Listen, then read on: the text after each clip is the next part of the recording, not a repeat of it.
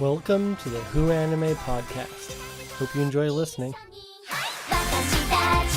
Welcome to the Who Anime Podcast. With me we have our troll host, Astiel. Hi. And our new guest, Matt. Hey. So, every new guest we have, though this will be the first time we have a new guest, we ask them, how did you first get into anime? So, Matt, how did you first get into anime? Well, the first anime I actually watched would have been Dragon Ball Z. Nice to watch, followed by many others. Okie dokie. That's a pretty classic example of an anime that got you in. I could probably say the same. So the anime that we are getting into today is School Live, or in Japanese, Gakko Gurashi. So, opening thoughts, what did you guys think of it? Without spoiling anything. Well, okay, I'll go first then. I thought, when you first showed it to me, quite nice, happy-go-lucky anime, you know, a nice little thing to watch in my spare time. And then, without spoilers, then spoilers happen, and we can't discuss anything past the first episode. But, to say the least, there is a mild plot twist in the first episode. And we will discuss what is after it, but just based on, since we don't want to spoil anything, and this is something I really don't want to spoil, just making that clear. Would you recommend this anime to others? If they liked the genre that the anime is? Yes. most definitely. Okie dokie. Now let's get into spoilers. Now what did you think? I hate you so much. You just straight out there, you showed me this, I'm like, oh, okay. This isn't the type of anime I normally go for. And then the first episode finished. And then suddenly, everything changed when the Fire Nation attacked. Everything changed. So, did you notice any of the signs beforehand? He actually Not did. particularly. I went through this with Lobo afterwards. It was ridiculous. I missed every sign, pretty much. Except for maybe, the rooftop scene. He actually said, while he was watching it, well, that's ominous. Yes, it is pretty ominous right towards the end. But yeah. Yes, it is the only flag, as it were, that just comes out and goes, hey, look at me! Something isn't right. Because suddenly all the goofiness stops and there's just this solemn moment of just quiet contemplation, and it's really weird. But so for the first bit of this, and Astiel is going to be the main host for going through the plot of School Live, we're going to go over the first episode and every single interesting thing that leads up to the reveal. And we haven't actually mentioned the reveal yet.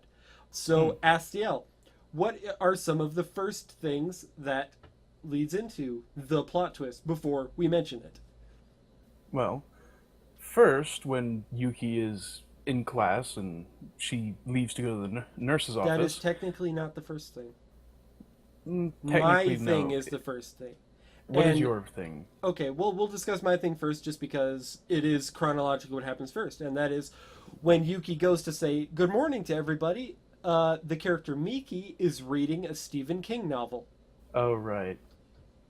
Though, I suppose she's reading that novel later in the episode, so it could be fair, but I just wanted to get that one out of the way because that's the only one I'm the one who's mentioning it, not you.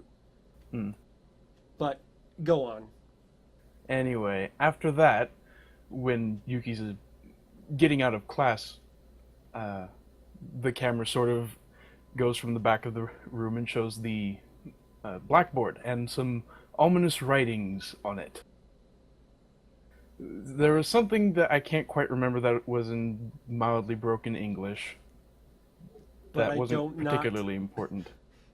The ominous part is only shown for a couple of seconds after Yuki leaves the scene, and that is, all is in the darkness in the past, please don't throw me away, help me.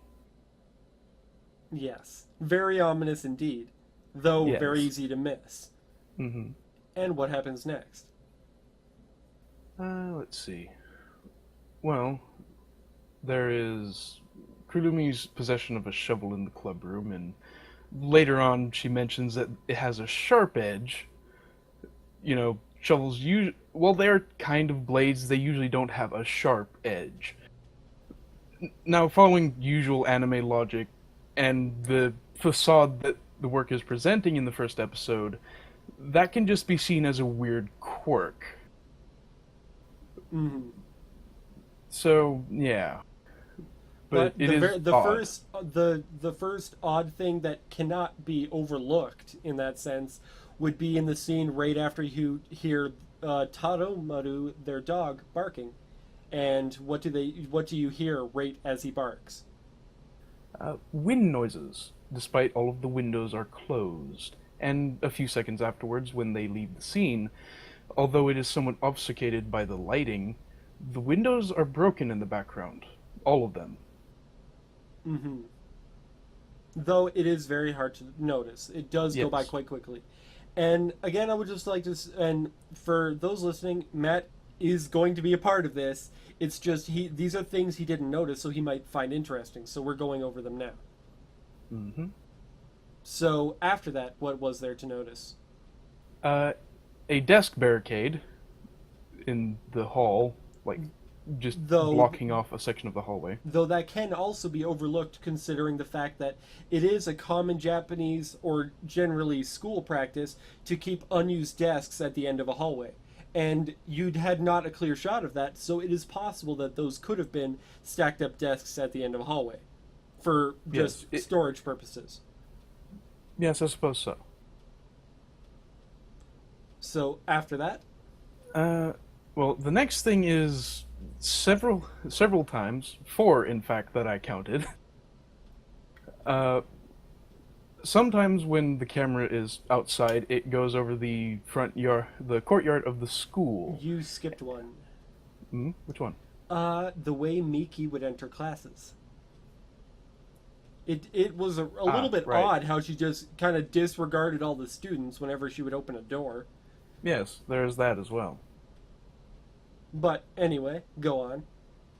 But whenever the camera pans over the courtyard of the school, there are several forms that, at a glance, just seem like students milling about, for whatever reason. But their postures aren't quite right. They're kind of hunched over for some reason, which we'll get into at the end of the episode. Yeah, and a little bit shambly. I kind of just snorted. I'm sure that'll come in on the recording, but you guys didn't hear it. I just wanted you to know. And then, after then there is the sudden violent mood shift from the cuteness of the entire thing. Are you referring to as Yuki turns around? Is that... Oh, no. On the roof. On the roof. My bad. The one Matt noticed. Yes. Between Yuri and Kurumi. Mm-hmm. And also during this moment is something very odd in the background of where crops would usually be planted.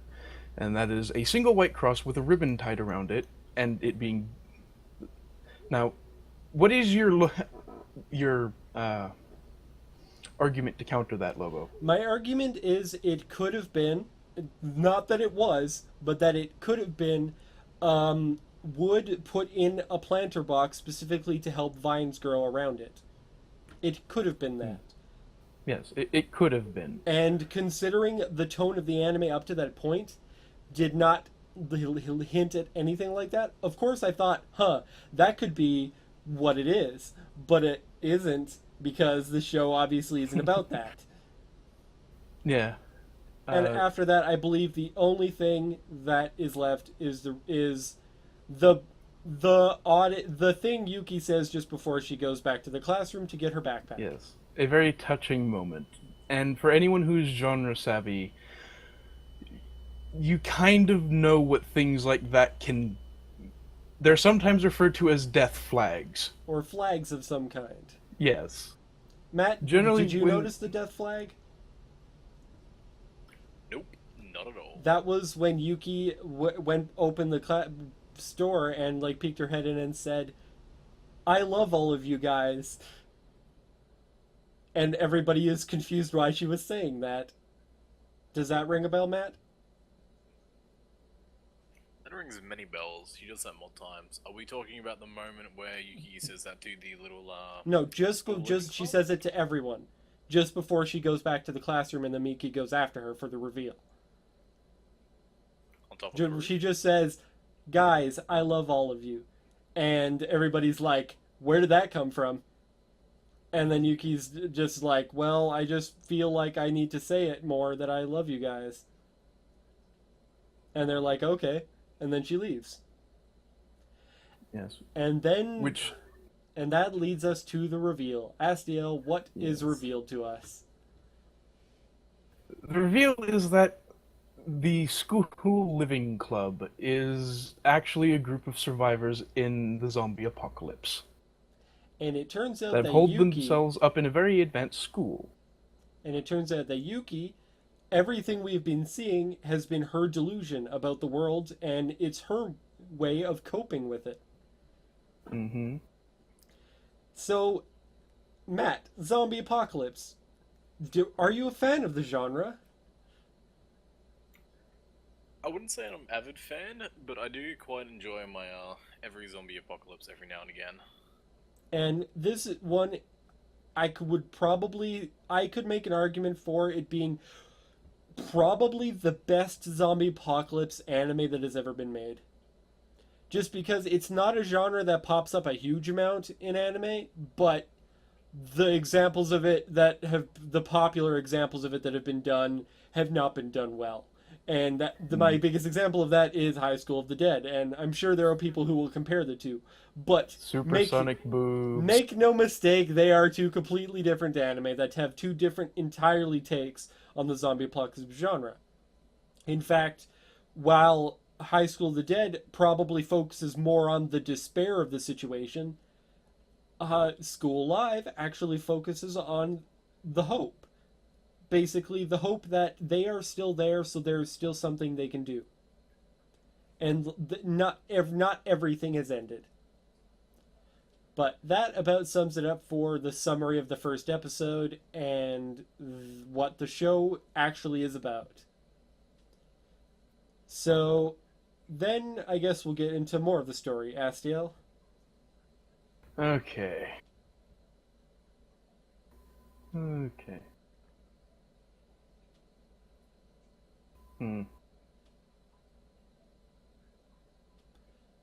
Do you forget what happens?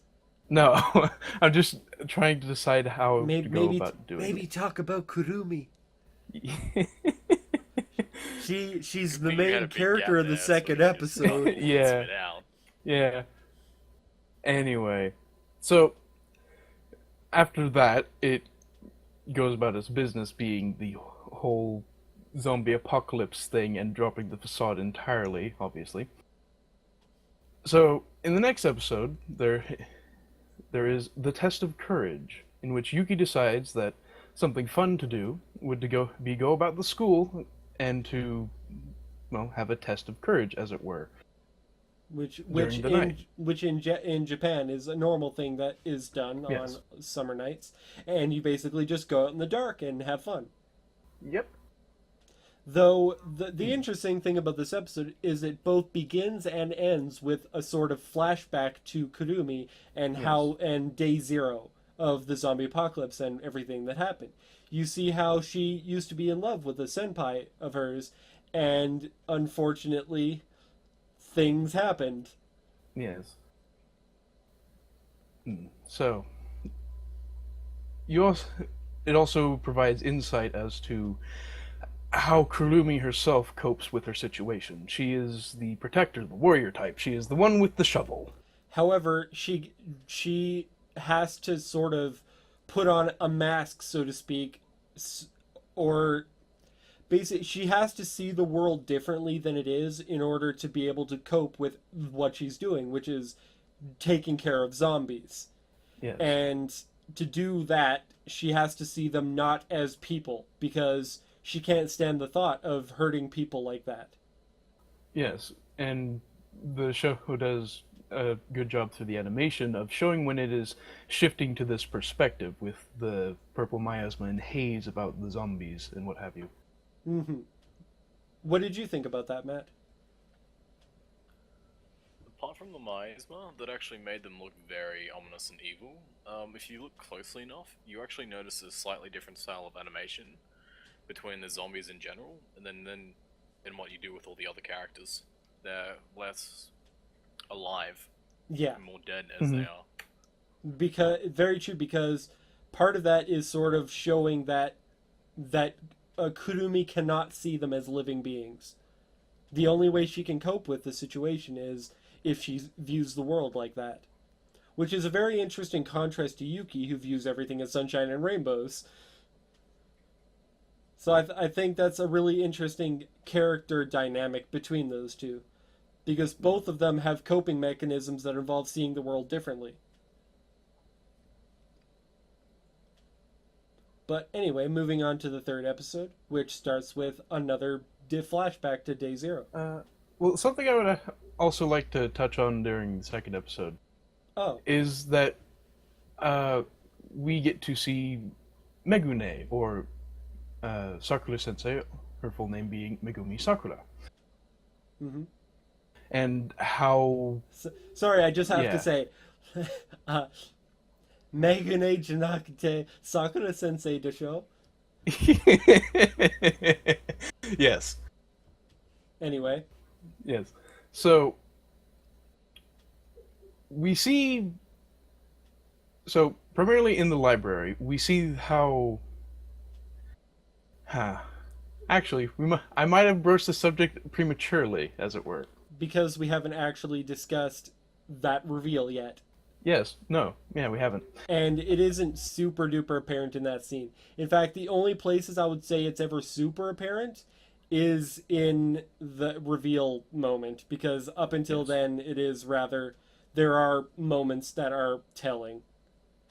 And but yeah, moving, so let's go on to the third episode where we see small speed bump. Yeah, so where we get a flashback.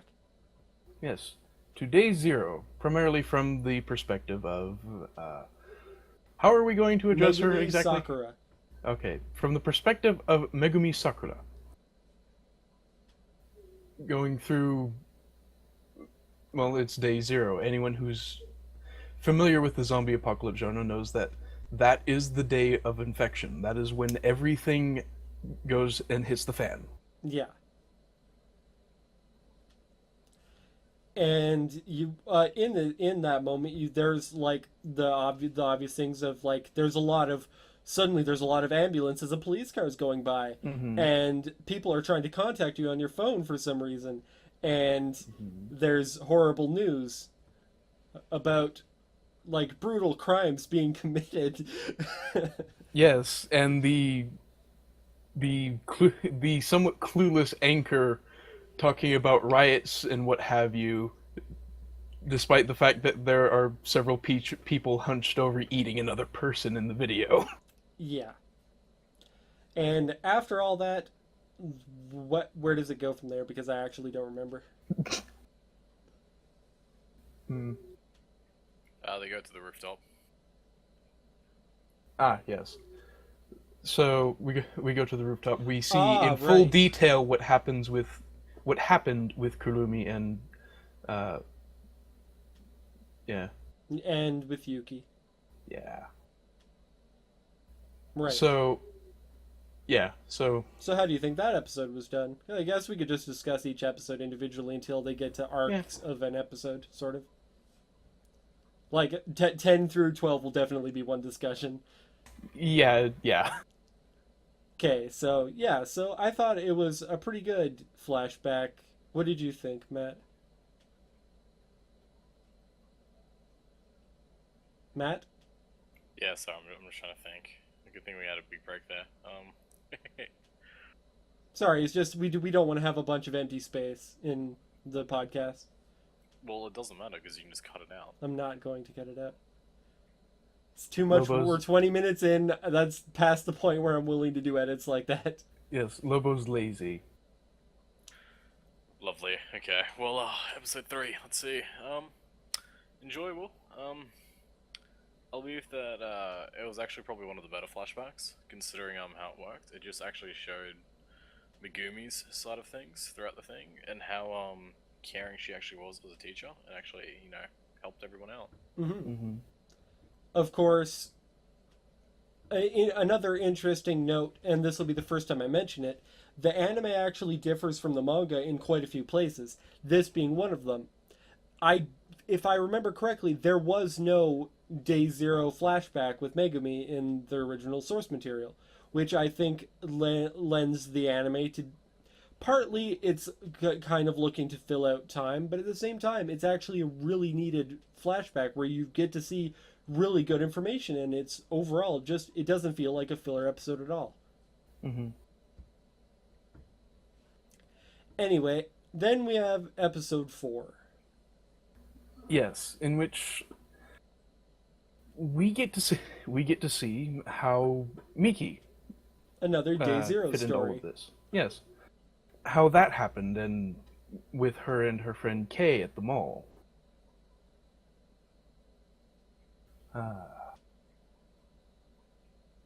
And this is also where it turns out Taromaru is from originally. Yes, from a nice old lady that we never see again.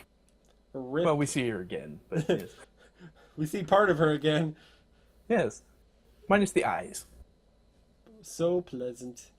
Anyway, so we get the flashback of there, and that leads into the 5th episode, I believe, and the 6th episode. I think this is actually kind of a complete arc because it's kind of a 3-part Miki story. Yeah, more or less.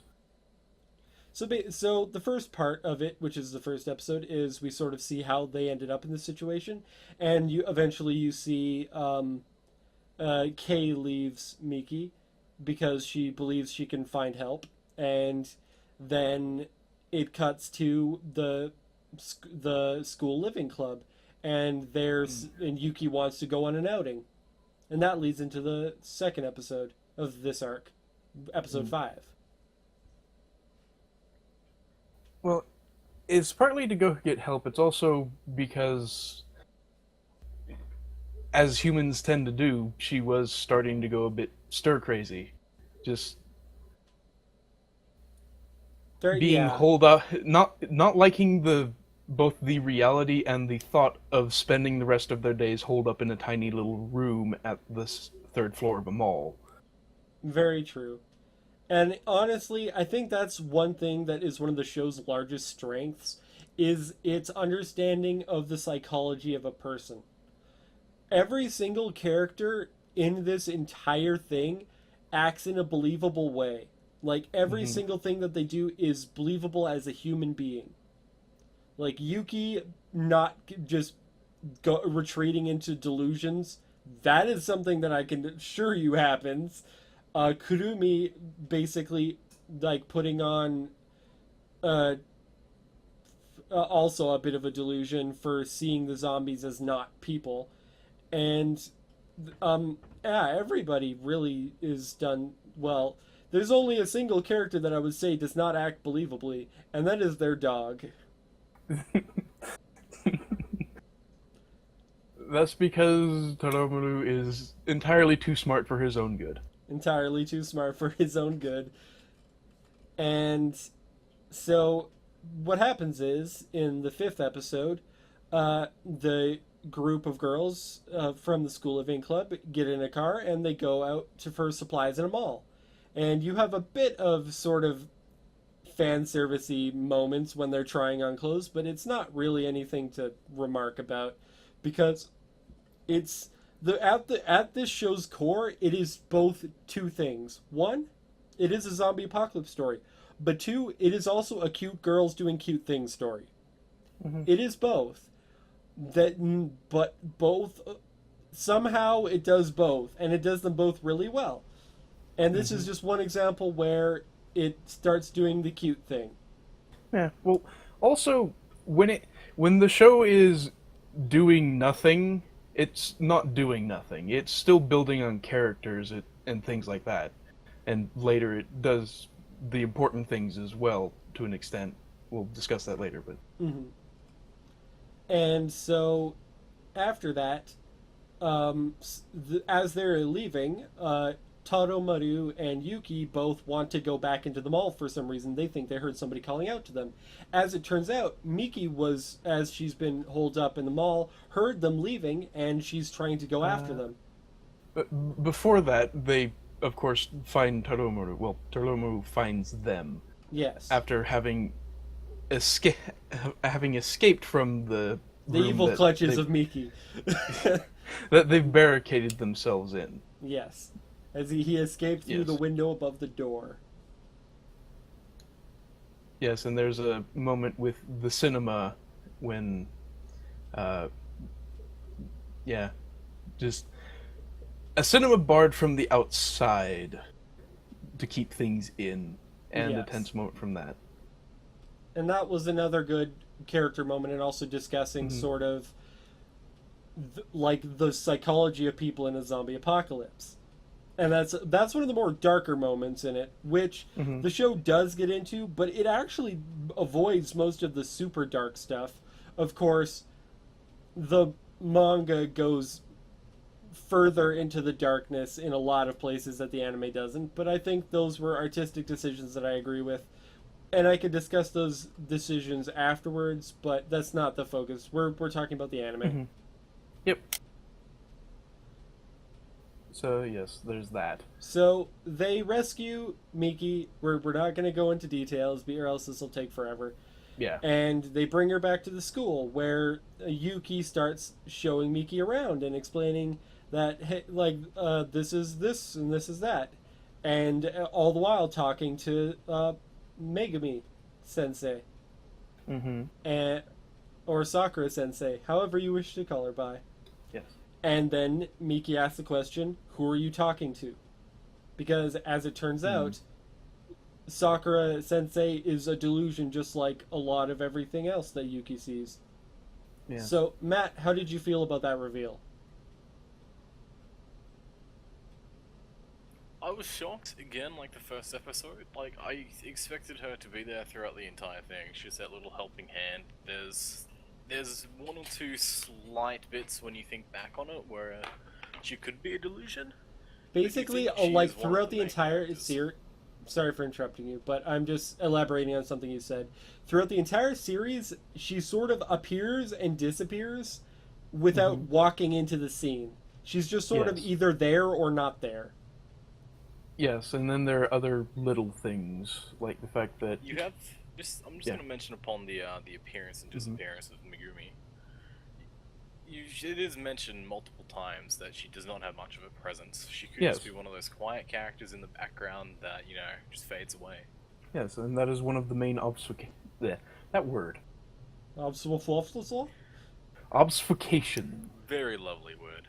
Yes, it is. The main thing I got at was when Kurumi goes to get the car to go to the mall. You see her, do all of her aerobatics and all her amazing jumps. She randomly appears in the car. Yep, she is in the car as Kurumi pulls it up. Of course, this suspension of disbelief could suggest that she got in the car from a different place. Yes, that it wasn't necessarily needed to be. It didn't necessarily need to be shown, and so it didn't. But it is something among. It is technically something that couldn't be shown, though, because of the reveal. And of course, the few moments leading up to the reveal, there are huge, glaring red flags that she's not real. Like, they leave her in the room, and then she is in the room that they end up at when you don't see her enter the room from any angle. Not to mention, Yuki tries to hand her several things that she obviously cannot take, like the bottle of water, and later the stereo. Yes, and and the bottle of water is probably the largest resounding red flag. Because you can hear it hitting the ground as she hands it to Megane. Now, throughout the series, there have been several other things, like the fact that none of the characters actually acknowledges her presence until Yuki does. Hmm. And another small thing is, if you remember the cross, it's the same ribbon. Yes. But, Matt, what you're saying is that you didn't expect that. Is that... Not at all.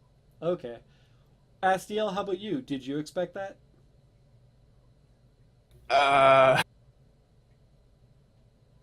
Well, I may have spoiled that for you, actually. yes, you kind of blurted it out at me when we were watching it for... Because I was like, the hey, first do you time. notice this? Hey, do you notice this? But honestly, for me, I would say... I would say okay, so story about the manga. Again, we're going to go into the manga, as I don't want to, but we have to. After the first episode of this anime, I read pretty much the entirety of the manga. So I knew where the story was going the entire time.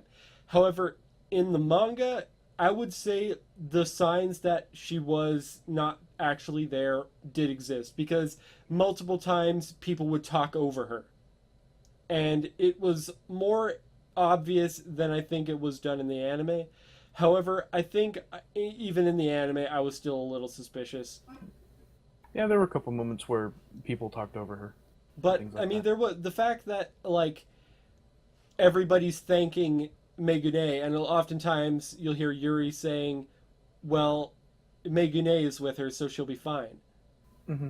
And of course, they're referring to that Megune is the voice of reason inside Yuki's head when things are Yes. trouble, but we don't know that, and so it could betray the thought that she is actually there. Mm-hmm.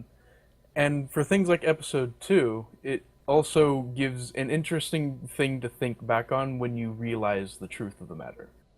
Mhm. Like, Yuki seeing the ghost, as it were, the zombie And then shambling around the Megune saying, library. "Get down, be quiet." Yes, and covering her mouth and all that thing, and all of those things. Megune is her main protection from the world, as it were. Yeah. Because if Megune is there, nothing is wrong. Yes. And again, that just comes back to the psychological aspect of the characters and how freaking well written it is for that reason. It's like, it doesn't matter if you could or couldn't see the Megane thing coming.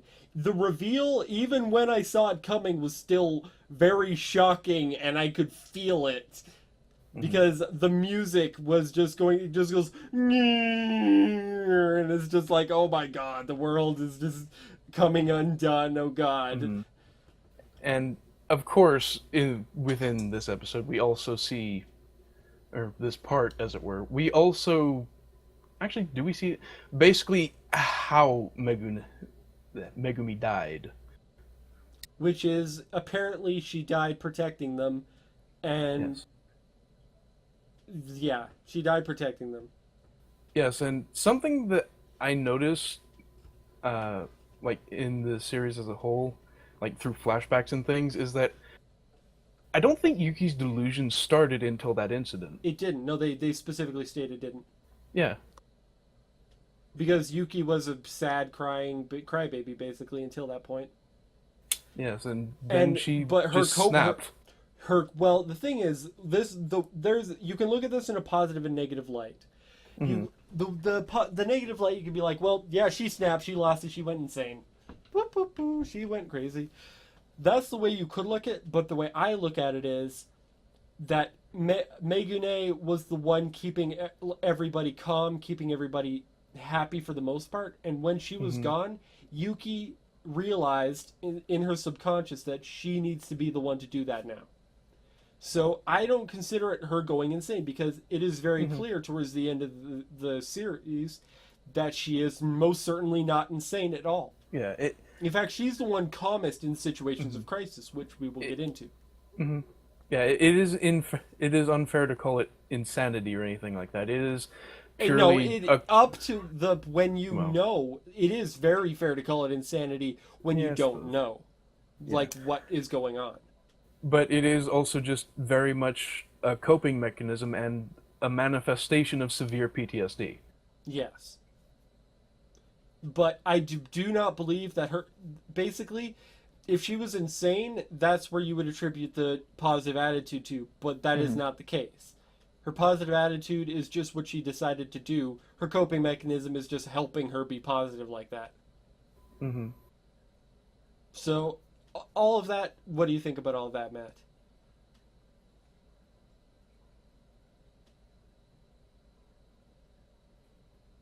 Matt? Sorry, I'm taking 2 breaks as I'm thinking. Okay. I was wondering if we put him to sleep through the talks of psychology of Make characters. a bunch of crap. Okay, but Matt, like, whenever I ask you a question, feel free to just make hums and haws and sounds that we know you're thinking. Because no empty space. That's why you edit, Lobo. I'm not editing this. The edits are done. I'm editing at like the first 30 seconds and that's it. But anyway, so moving on, or do you have thoughts? Not particularly. My only main thought is that on your insanity point about Yuki, you could also just consider it an imaginary friend. She's slowly breaking. She's not gone quite insane yet. She's just replaced the sensei. I agree with you on that regard in the sense that if you were looking at Megane and her delusions being 2 separate things, but they are kind of intertwined. So I would say you're right, but I think they are also part of the same thing. But you're right. Anyway, so moving on, we have episode 7 and 8, I believe, which I don't quite remember what happens in those. Well, actually, not a lot really happens in episode 7.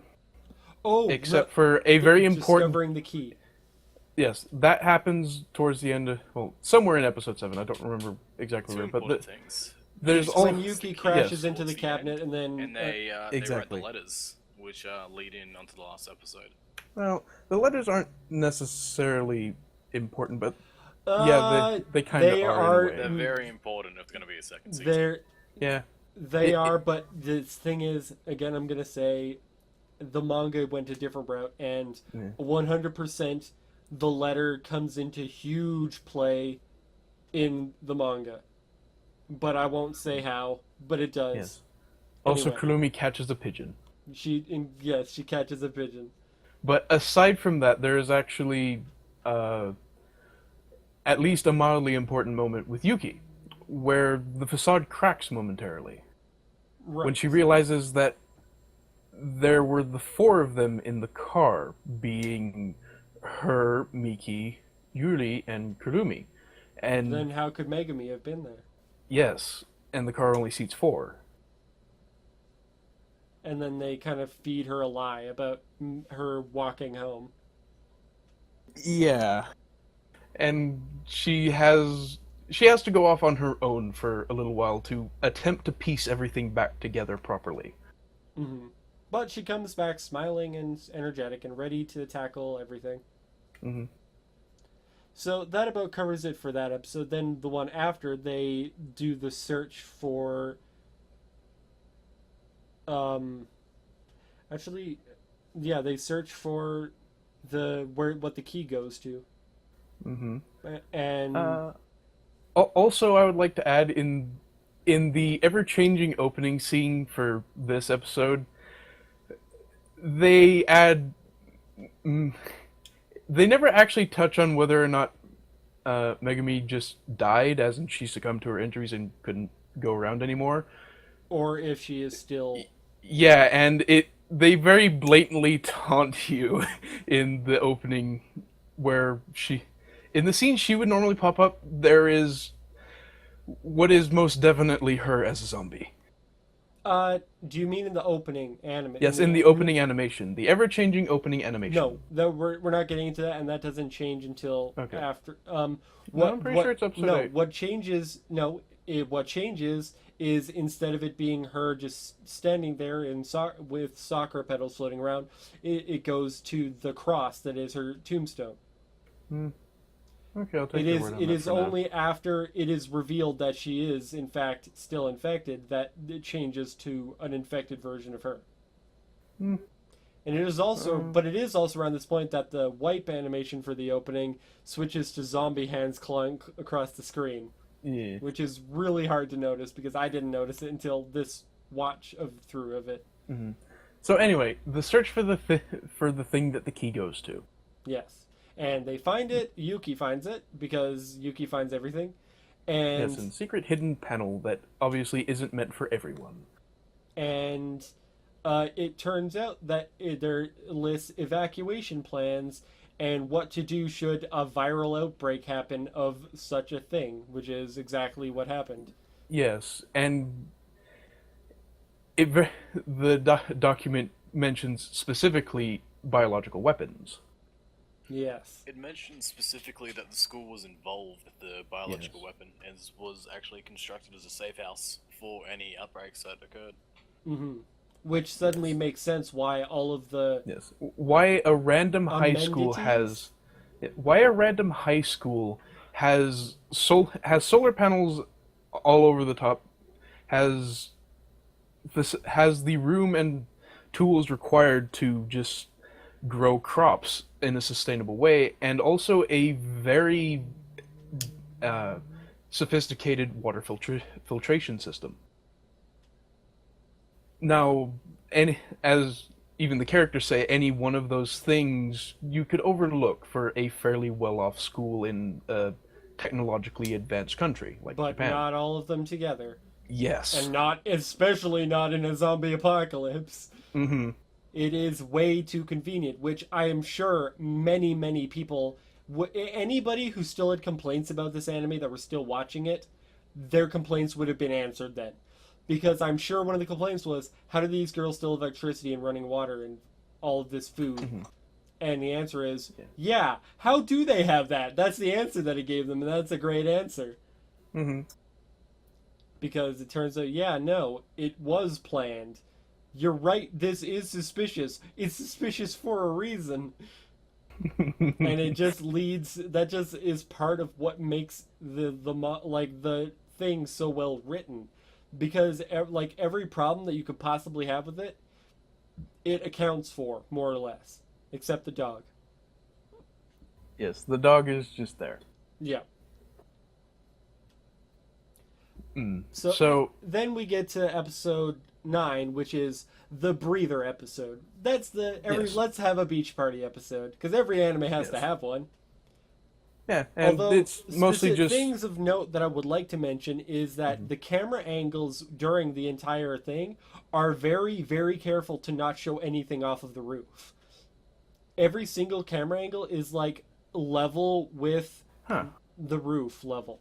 I didn't actually notice that. Yeah, because there's only like a single shot of like looking out into the field with the zombies, and it is an intentional one because you have like Kurumi or someone, I forget who, like actually looking out over onto the field. And it's just sort of only a one moment, and then they go back to having fun in the water. But yeah, every single camera angle doesn't show anything other than the top of the roof and sort of the Yeah. sky, which I think is a really cool art thing that they did. Yeah. And And- that just leads back to the whole. This show is really good about small little details Yeah. because you may not have realized that you weren't seeing zombies in the background in a zombie apocalypse thing, but that's what was happening. But it wasn't. And it was intentionally not showing you them because it was trying to be a breather scene, at least until the last minute. Yes. Yes. And then we have Taromaru being too smart for his own good. Mm-hmm. What were your thoughts as you saw him pull off the collar, Matt? I thought the dog was honest, just going for a little run again. They forgot to feed him or something. But you see the last minute, and goddamn, that dog is way too smart for his own good. And Yes. then the final arc starts. Astiel, would you like to go into it? Yes, so the final arc starts. Ah, the arc! Ah! All the yelling. Yes. If possible, you should edit that in over my icon for a little while. But yeah. I might be able to do that, but that'd be really hard. I might actually. I don't think I can. Anyway, onwards. I could just make that your icon, though. No. Why not? For the entire episode, that'll be your icon. Why not? Maybe. But, yeah. Do you want it to be the GIF or just... Anyway. Well, if it's not the GIF, the video format will be wasted. Perhaps. So, yes. So, then at the end of episode 9, everything goes, well... At the end of episode 9, we see that... Yeah... Megumi is actually a zombie, and she's been living in the basement. Yep. And she is not friendly. She is not friendly. Unfortunately, no. So, it starts out with Kurumi going to try and find Taromaru, and she succeeds and finds him. Yes, and as that, the phrase, "I won't do anything reckless," comes up. Yeah. Don't worry, and then, I got this. Yes. And then she sees the paw prints over the barricade and immediately does something reckless. Yeah. Because... Yeah. This is a thing that tragedies do. It basically exploits a character's... It exploits a character's flaws as a person into really bad situations. Kurumi is often going off and doing stuff like that, and this time it got her. So she finds Taromaru, and unfortunately he is bitten. Yes. And after fending him off, she goes to see what did this to him down in the somewhat flooded hallway leading to the main structure of the actual safe house. And she finds Megumi, or Megune. Or Sakura-sensei, the show? Yes. And... Just check, you know what Desho translates to, right? I looked it up.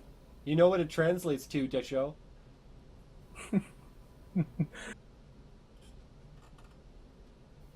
Anyway. I know the uses, I don't know the literal translation. I just used it for that. Yes, I know.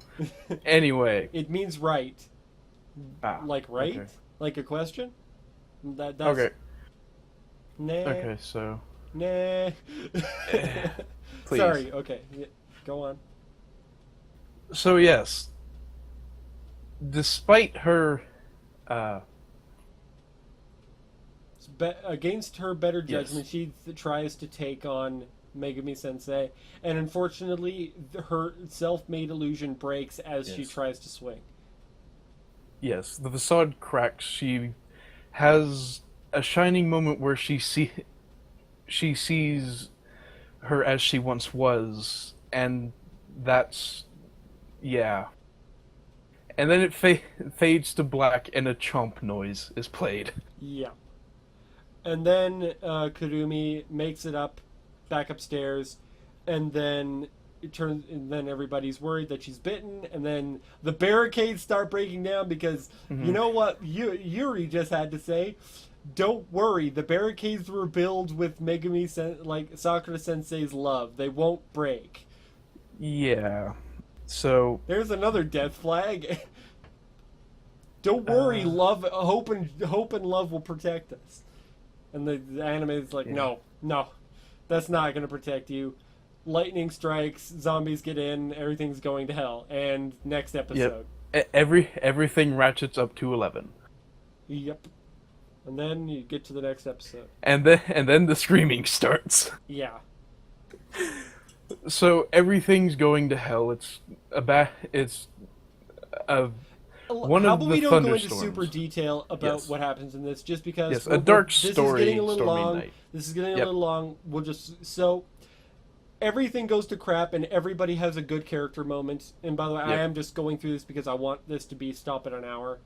Okay. So, if very, very good climax, and it ends with, unfortunately, they managed to save Kurumi and kind of Taromaru, and everything is okay. However, the school has been damaged beyond repair. It no longer will provide them with power or food, so they need to move on to a different place. And Yep.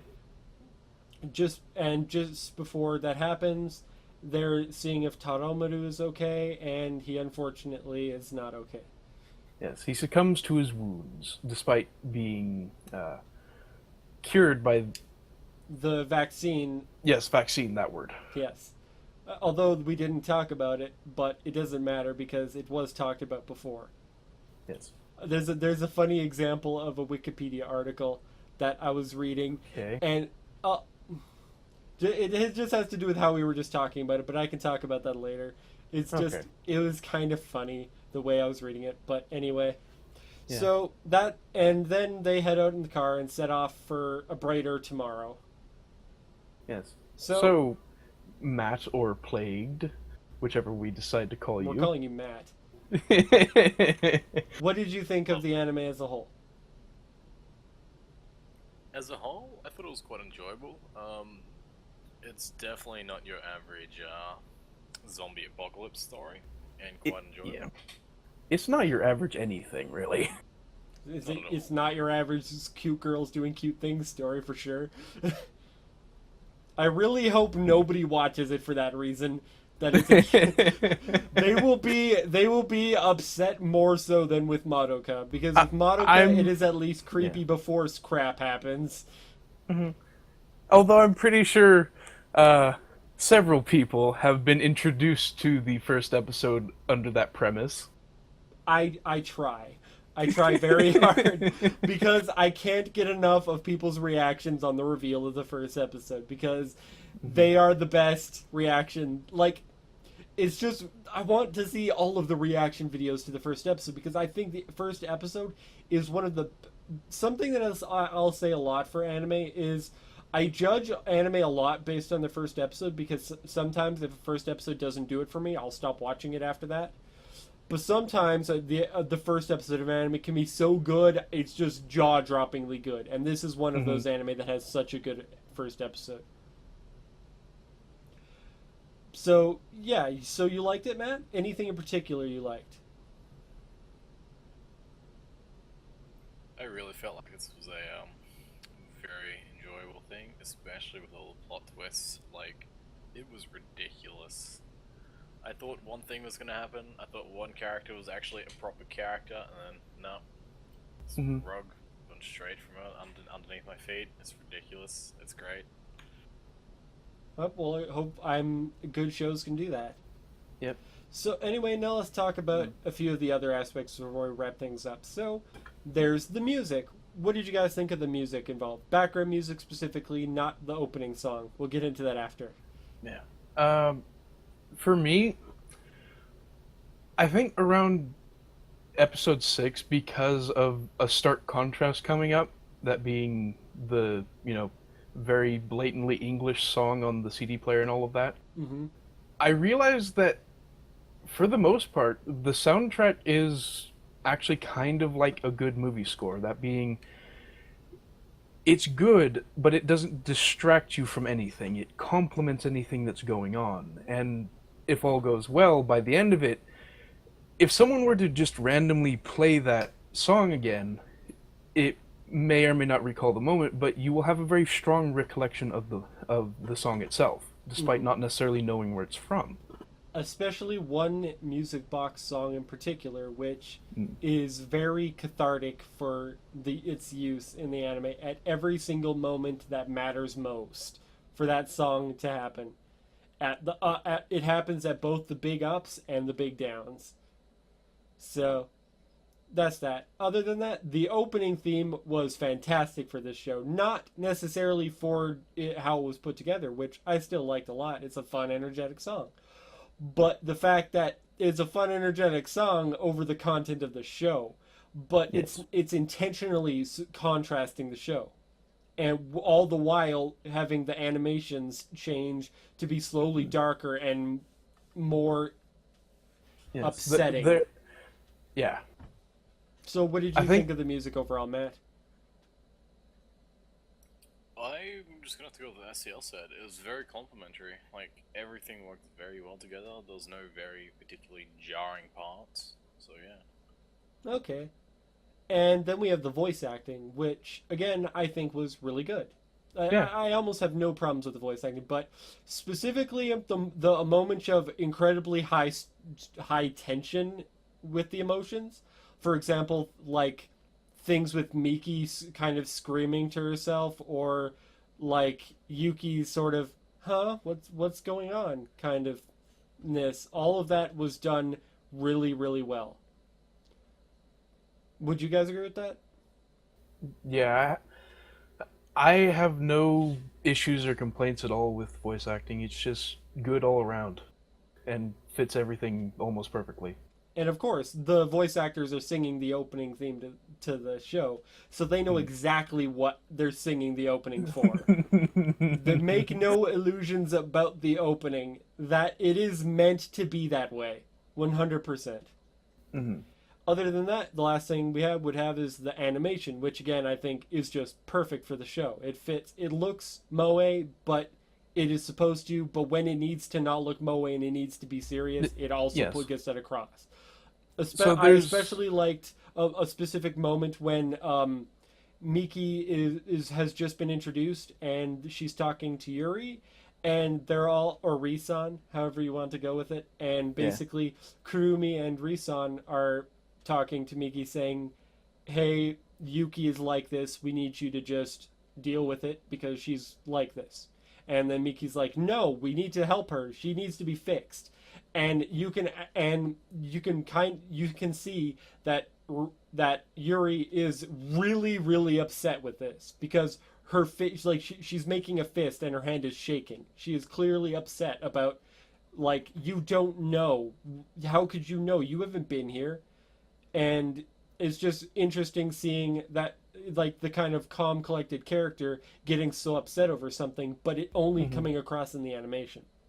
Because immediately after she said, Miki says, okay, fine, I'll let it go, and then Yuri is fine with everything. But the animation puts that across really well, and that's just one scene where I noticed specifically the animation was great. Yeah, there's things like that, and the character animation in general is just... The animation for the show in general is it's not spectacularly over the top. It doesn't usually bring itself to the forefront, but it is still very, very good. The only complaint I have about the animation, though, is the zombies from a distance. Yes, mass zombies are... The CG was not good. Yeah, of course it was not. The studio was not a particularly well-off studio, so I can forgive the zombies looking not good because they were CG. Yeah, it's something that can very easily be overlooked. Yes. So, as the series as a whole, did you guys like it? Matt, what did you think? Very much so. Very enjoyable. Yes. SDL, what about you? I have more thoughts on the animation and things like that. Well, we're gonna have to have them wait. Bobo. You can put it in the comments section of the video if you would like. But I have comments disabled. Well, that's your problem, because we need to end it now. I just want to say something real quick. Okay, well, real quick, what do you got to say? So, more personal thoughts on the animation. There's the character animation, which we went over, of course. But another thing is that the lighting and scenery goes very well with the soundtrack in that it is complementary.